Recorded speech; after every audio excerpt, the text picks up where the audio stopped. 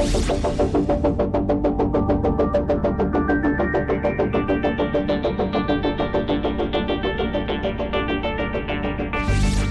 to Out of This World. Matthew Nicolantonio and Scott Sutherland, meteorologist, science writer. Yeah. Today, we are talking about the moon. A lot of activity surrounding the moon in the coming years, we'll say. Yeah. A little bit of a delayed start to the Artemis mission. We'll get to that in a little bit. Yeah. But first, let's go a little bit more big picture. Right. Why is there so much renewed interest in returning to the moon at this point?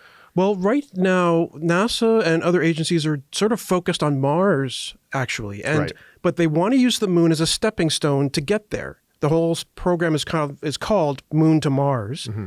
And the idea is that we can, as we develop technologies to be on the moon, those will apply to our journey to Mars and being on Mars. But also, we kind of need that infrastructure on the moon in order to help us get there in the first place. Mm-hmm. We need to go there the big thing on the moon right now is water. Mm-hmm. Getting water up into space from Earth is really expensive. It's really cost intensive as far as the energy and the dollar amount that you pay to get it up there. If we can find water resources on the moon, that will drastically reduce the amount that we have to get up there from here. It will also help with having a permanent presence either around or on the moon. And they want to go, and this is the focus that they're having on the southern pole right now with the latest Intuitive Machines landing, the one that was going to be before that. There was the Indian lander as well that landed successfully. But they're all at the southern pole of the moon to look for this water.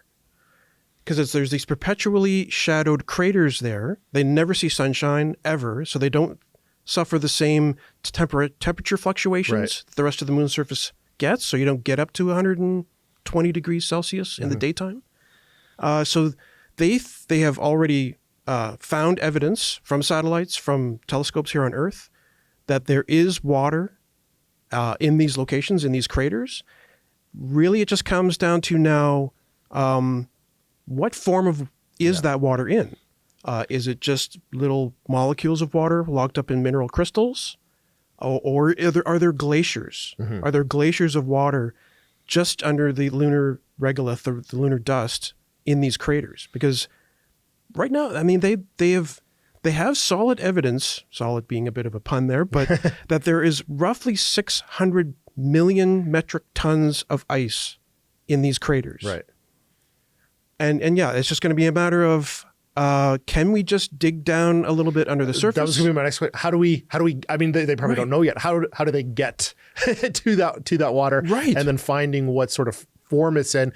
You mentioned though the South Pole. Let's talk a little bit about that, because I imagine you talk about the constant darkness and the craters. That has to add a level of difficulty for the lunar exploration that we have not seen in previous missions. Well, that's right. All the previous ones have sort of been in the lunar tropics or the lunar mid-latitudes, pretty much because when you launch from the tropics or the mid-latitudes here on Earth, it's easier just to have them on the same orbital plane and just put down. It's a lot easier than having to alter your complete orbit around the moon in order to compensate for landing at the South Pole.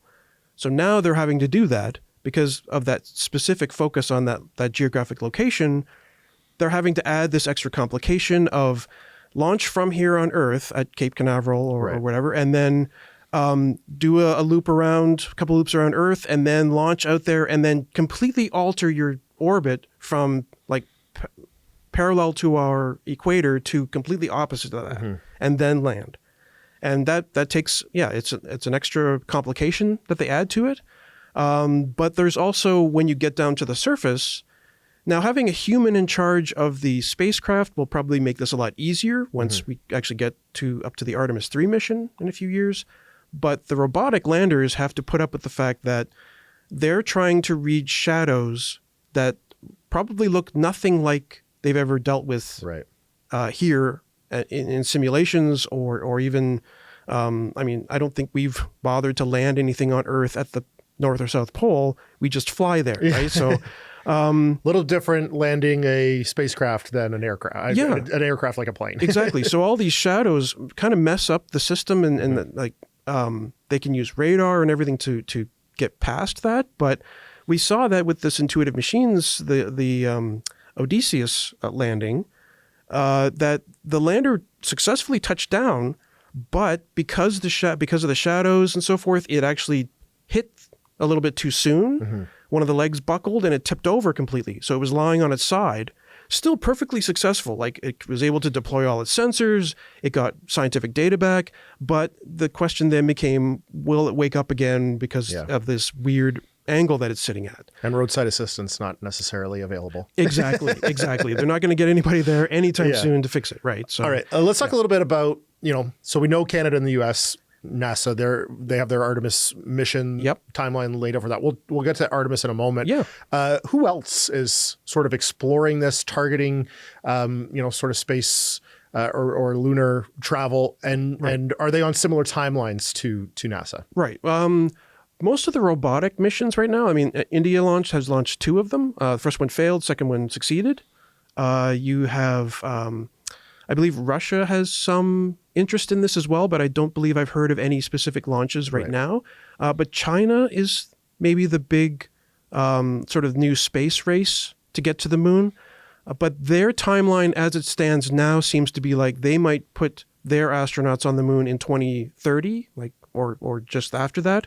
Whereas we're looking at right now 2026. Right. Late 2026 being the first NASA and possibly Canadian Space Agency or European Space Agency astronauts setting foot on the moon for the first time since 1972. Yeah. So let's talk about Artemis. Yeah. That was supposed to be, it's a several stage sort of mission. Right. We mentioned the first one will not have astronauts going, or I guess walk us through the timeline. It was supposed to sort of begin late 2024. That's now been pushed 2025. So walk us through the timeline of what we can expect. So we've already had Artemis 1, which was a test mission. So that was sort of the dry run.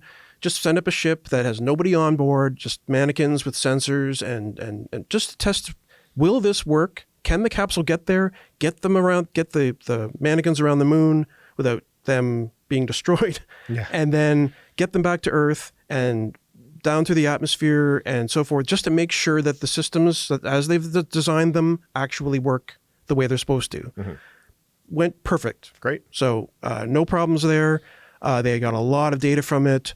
And now that's going to be applied to Artemis 2, which launches in September 2025, as far as we know at the moment. Right. 4 astronauts, 3 Americans and 1 Canadian, Jeremy Hansen, will be on board that one. And that's sort of the similar pattern. They want to go fly out not land, but just fly around the moon, similar to what Apollo 8 did back in 1968, and then come back and just go through that sort of it's almost like another test mission. But this one they will be conducting science on board the ship, science at the moon, to further what we know and prepare us for the subsequent Artemis missions. Let's talk a little bit more about those subsequent missions. Eventually, we want boots back on the surface of the moon, right? And part of that is going to be, as you mentioned earlier, establishing infrastructure, for lack of a better term, to get from the moon to Mars. So how exactly is all that going to work? Okay, so Artemis 3 will now. Between Artemis 2 and Artemis 3, they're going to launch the first section of the Gateway Station, the Lunar Gateway Station. Now, this is going to be a station that orbits a really strange sort of, they call it a rectilinear orbit, where if you were to watch it from here on Earth, it would kind of look like it was orbiting in a square. If you were just traced the path, but it goes way out away from the moon and comes way back in and in a really, really wide elliptical orbit. And they want to put that in place to be the sort of the staging point for all these surface missions to the moon. So when Artemis 3 launches, it will go to Gateway, add a section to it, or possibly 2, to expand the station, and then from there they will launch off of the station to land at the southern pole, do whatever science that they need to do. I think that will take several days to do. and then return to the station and then return to Earth afterwards. Their plan is maybe a 30-day trip. And then all the subsequent Artemis missions after trip, 30 days sort of in that space or... Total, from day of launch to day of landing. Gotcha. Pretty much 30 days. I don't know exactly what the breakdown is as far as the timing, but I would imagine it would be roughly a third each. Like they want to spend a significant amount of time on the moon surface, it being the very first time since 1972. They want to get as much out of this as possible. Yeah. So, so they'll... That's the way that one will go. Then all the subsequent ones, like Artemis 4, Artemis 5, Artemis 6 are the current ones that are planned, will have a similar path to them. They will go out to Gateway, add a section to the station along with it, and then land on the moon, conduct science, return to the station, return to Earth. Right. After that, we're starting to, like, these are like leading up to, like, I believe Artemis, the proposed Artemis 7 is 2031. But that's the kind of the timeline that we're starting to get into, where they hope to have the infrastructure in place to not only be extracting water from these potential glaciers at the South Pole to make oxygen, to make fuel, to have drinking water, but also maybe having the infrastructure in place to build the spacecraft that will take us to Mars on the moon. So that'll be pretty incredible. Yeah, because the biggest obstacle to getting people to the moon right now is the fact that we have to launch them from Earth. It takes a lot of energy to get people off of Earth. And so being able to go out to a lower gravity object that is still, it's still stable, it's still there, it's never going to be not available to us as long as we can get the space infrastructure in place. But to be able to build the spacecraft on the surface of the moon or in orbit of it, it's just a gentle gliding departure from that location to get to Mars. So you could build them with ion engines like they've used on several satellites that have visited like Ceres and Vesta. These are just ones where it shoots gases out the back of the ship at very high velocity and just very gradually drives the ship towards where its destination. You don't need powerful rockets that blast you at high G-forces and so forth. It's just a gentle drive off, almost kind of like driving. You make it sound so easy. Yeah, hopefully, knock on wood. But I mean, but that's the idea, is that they want to have this infrastructure in place to be able to, I guess, just facilitate this easier transition to getting to Mars. And all the technologies that they've developed along the way will hopefully benefit them for the design of that spacecraft, the design of the suits that they'll be wearing on the surface of Mars, the habitats they'll have, and so forth. That it'll just be, we'll just take whatever we built there on the moon and just take it to Mars with us. It works perfectly, and we're suddenly on Mars. There would be so much public interest that they would go out of their way to make it as available as possible. So it wouldn't be a live stream exactly, because there's a several second delay between here and the moon, but it would be as close as possible for as much as possible. Let's put a pin in Mars for a moment. Yeah. So the timeline that's laid out of 24, 25, all the way up through 20, 30, 31, that's sort of all best case scenario. Yes. What are some of the obstacles that could arise that, put any sort of delays on that? Because, these are huge projects, and small delays can turn into very big delays. Yeah. Well, I mean, even with Artemis 1, it launched in November 2022, but that was at least a year or two, if not longer, of a delay to just getting that off the ground. Artemis 2 was supposed to launch in September of this year, 2024. Yeah. But due to finding defects in some of the parts that they've had to delay it a full year. So that's already one more year tacked on to that. Now, they've said that the subsequent missions after that don't seem to be affected, the timelines as far. So they won't have to put off the 2026 launch of Artemis 3 any longer, they hope. But again, there's no other issues that come up during the next year or so. Because it takes time. That the whole part of the problem with Artemis 2 was that the fact that they had to basically take the capsule apart to get at the pieces that were defective in order to make sure that they were actually working. So you had to deconstruct the whole thing and then reconstruct it back. It's like when you're building IKEA furniture. Yeah, or Lego. One small part that goes wrong, and all of a sudden you're taking everything apart and you're doubling the amount of time that you take. So that's right. All right, let's talk a little bit more again about what they hope to find, or the I guess the process of when they land. We're going to the South Pole looking for water. I guess what are the ideal circumstances of how they get there, or what sort of processes they're going to use for trying to extract water, or are we even too far out to know how all of that is going to work? Well, at the moment, they're relying on landers and rovers. So the private landers that will be touching down, that have already touched down and will touch down in the future, and I think there's one launching later this year, maybe, and also early next year. Right. These will have instruments that will read the surface. They will have, one of them has a lander called Viper, VIPER, that they will put that on the surface to rove around and possibly maybe go into one of these craters. That's a bit of it's a little bit, causes anxiety, I guess is a good way of putting it. Why is that? Because nothing has ever gone in these craters, right? They are perpetually dark. So if you take this rover, you don't really know what you're going to find until you actually get there and shine the lights from the rover into that crater. You're not going to know what the situation is like. You can have a good reading of the shape of the crater from radar and so forth, but you really don't know what the surface is going to be like. Can the rover even go into that crater without getting buried in dust, tumbling down into the core, and you never hear from it again? It's going to be a tough mission for that little rover.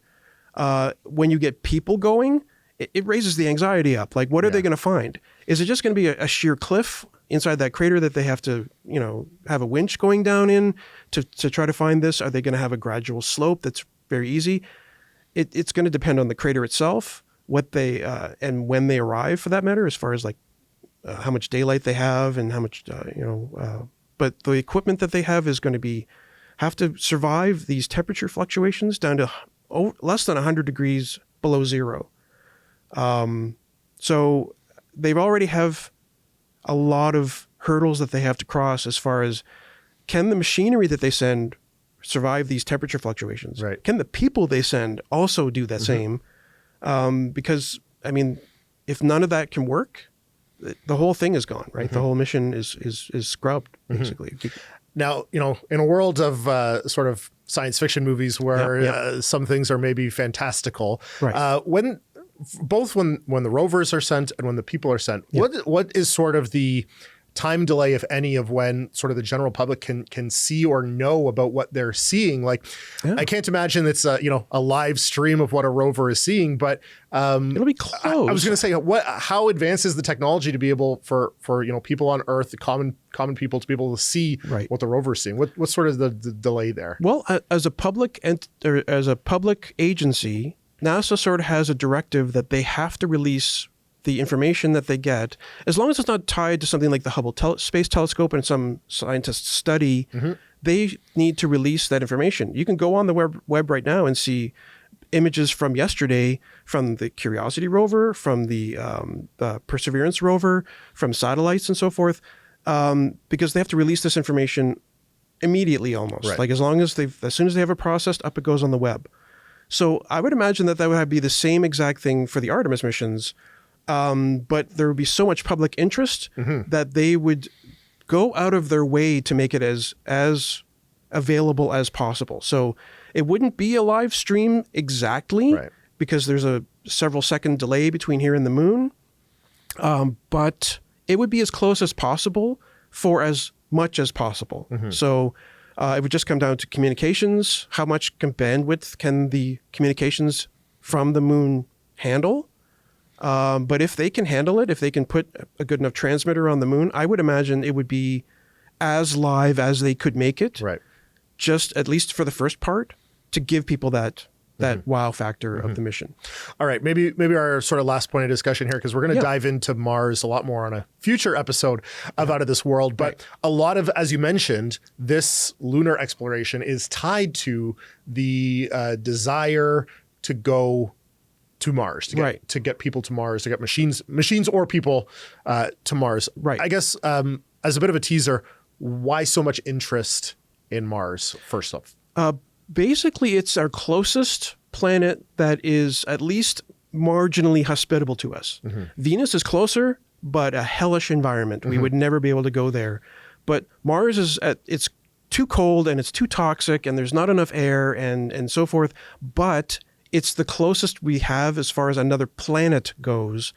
So we want to send people there because they can do the work that machines can't. Mm-hmm. Machines can take the information, can take the pictures, can scan the rocks and so forth, but they have to send all that information back, and it's limited as far as, well, we got there and we found this interesting thing about this rock, but we don't have the proper sensor to do anything about it. If you have people there to do it, they can adapt on the fly with what they have with them to make something happen. So you want the people there to do this work eventually. And one of the biggest factors of it is, could we then become like a multi-planet species to have maybe not a permanent base on Mars, but at least marginally so.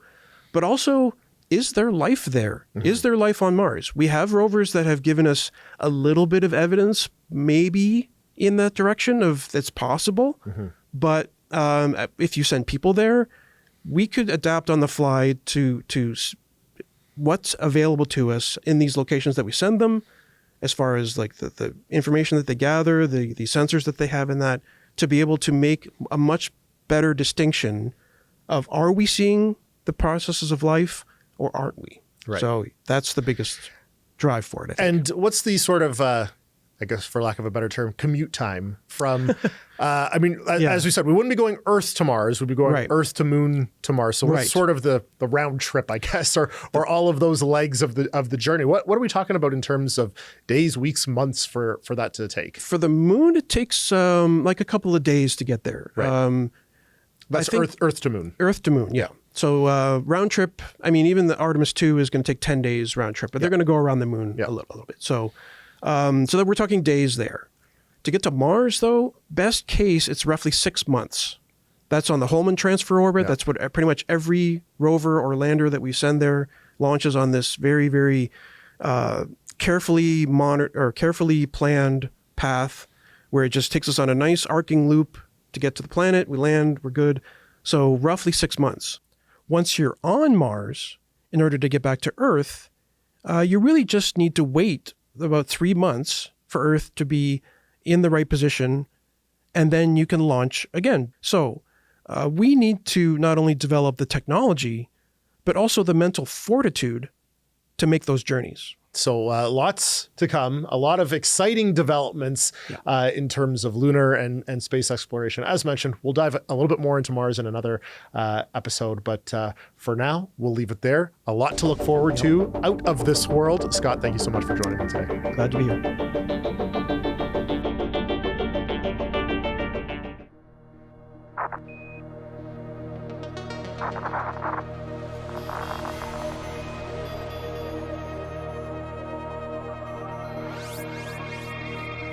It's very pretty out here.